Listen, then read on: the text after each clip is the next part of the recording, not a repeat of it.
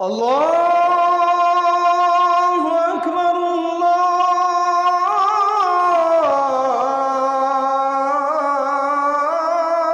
আল্লাহু আকবার। আমি মানুষকে সৃষ্টি করেছি। 2, আল্লাহ বলেন অন্তরের গভীরে যা আছে, তোমার অন্তরের যত কুমন্ত্রণা, গুনাহের মন্ত্রণা, ওয়াসওয়াসা, অন্তরের ভিতরে যা আমি সেটাও জানি। তাহলে বাইরের গুলা জানিনি, কথা বলে না? হাত দিয়ে, চোখ দিয়ে, কান দিয়ে, নাক দিয়ে গুনাহ হইলে আল্লাহ জানিনি? আল্লাহ বলছে আমি অন্তরের ভিতরে যেটা সেটাও জানি।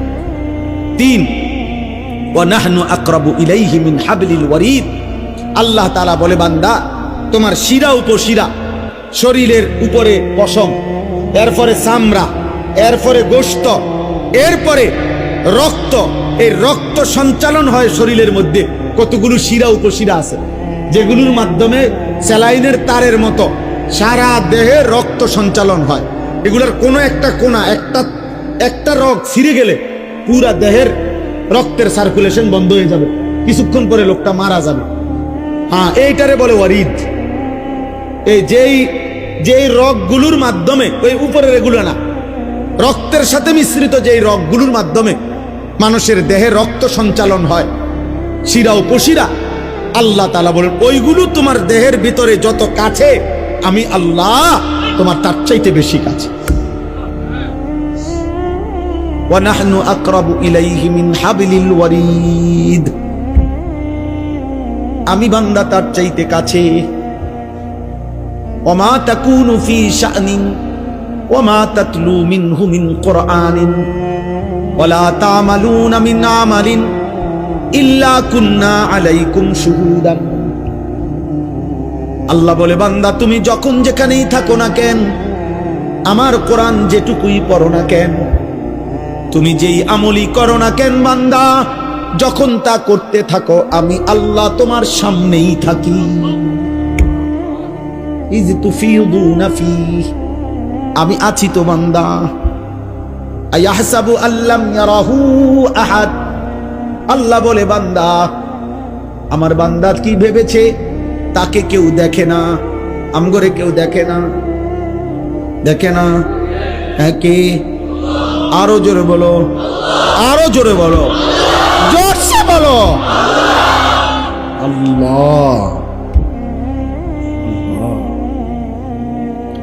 ইদ ইয়াতালাক্কাল মুতালাক্কিয়ানি আনিল ইয়ামিনি ওয়া আনিশ শিমালি কাঈদ।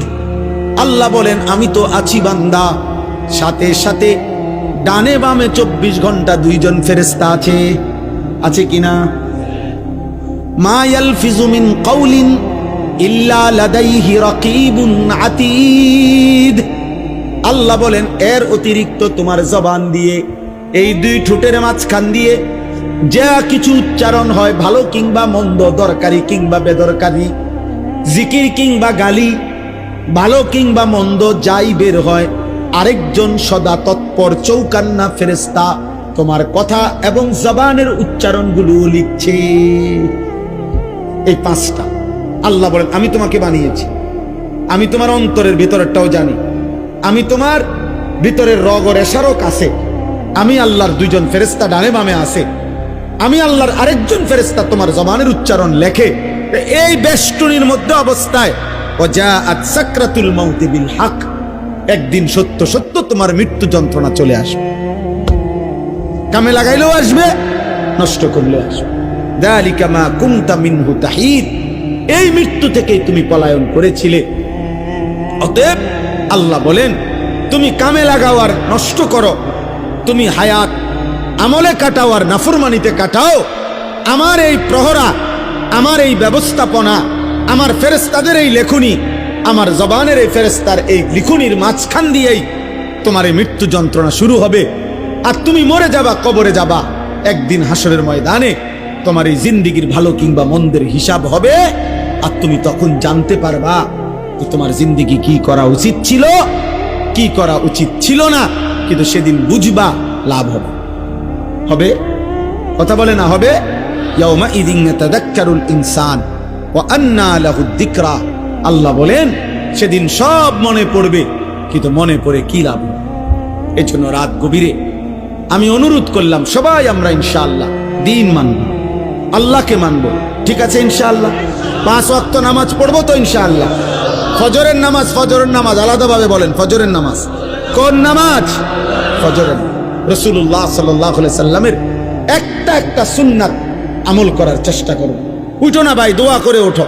রাসূলুল্লাহ সাল্লাল্লাহু আলাইহি সাল্লামের একটা সুন্নাত জীবনটা সাজাইবার চেষ্টা করা।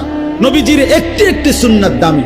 আমি ব্যক্তিগতভাবে প্রতিদিন বাংলাদেশের একজন শ্রেষ্ঠ বুজুর্গ, বাংলাদেশের একজন অন্যতম বুজুর্গ, গাজীপুর কাপাসিয়ার হযরত অধ্যক্ষ মিজানুর রহমান চৌধুরী হযরতের এই কিতাব তালিমুস সুন্নাহ, বাংলা ভাষায় নবীজির সুন্নাতের উপরে পরিপূর্ণ বৃহৎ প্রায় 650 পৃষ্ঠার একটা কিতাব, যেখানে নবীজির সমস্ত সুন্নাত আছে। আমি ইচ্ছা করে হযরতের কাছ থেকে এগুলো আনাইয়া বিক্রি করি। আমার সাদা গাড়িতে 400 টাকা মূল্যে এটা বিক্রি হয়। অর্থ হইল উম্মতের ঘরে ঘরে নবীজির সুন্নাতের একটা বই পৌঁছুক, এটা আমার একটা দিলের তামান্না, দিলের একটা আশা। এই জন্য যাওয়ার পথে যাদের সুযোগ হয়, নবীজির সুন্নাত, সকল সুন্নাত ছোট বড় এই কিতাবের মধ্যে আছে।